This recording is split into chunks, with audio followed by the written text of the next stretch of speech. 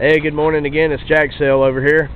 I was wanting to post some updates of the new shed. So this is what we've got so far.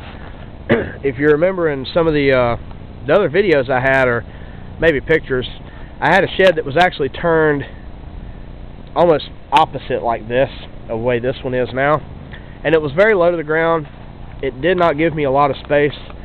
Thus, I have accumulated a lot of my junk that was in it, and what normally I would just keep my lawnmower and my tiller in. But I decided to consolidate some area. It would be better to build something up off of the ground so I can start taking my leftover lumber, plastic pipe, things like that that I normally use for a lot of my little projects, and just try to keep it in one area. As you can see, I've put my lawnmower underneath the beginning of the floor frame, and it sits under there pretty good. You have to lean the handles back just a little bit.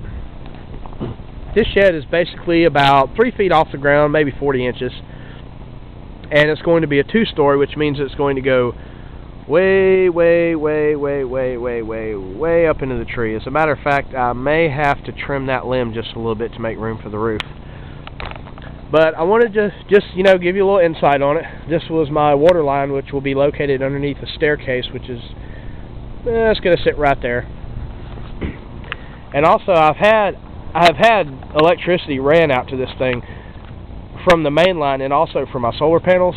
So what I decided to do was I buried my conduit in the ground, ran the pipe up next to the main post, and I'm going to run my solar electricity off the grid up into the shed, since obviously, as you can tell by looking up, I don't have a whole lot of sun right here.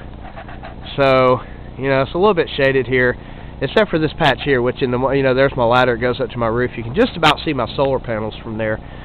So what I'm actually going to do is leave the solar panels on the main house, so that when the sun comes up, you've got this nice little beam, which should keep my batteries charged, and I will just run the electricity out here to the shed, which will control the lights, outlets, and things like that. So hopefully, if everything works out good, I'll have the shed completely off-grid.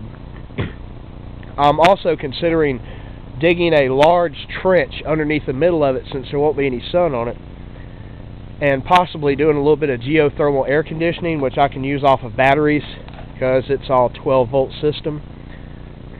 And as you can see, I had to take a tree out. It was an old rotten pine tree. The power company had it cut down because the beetles got into it.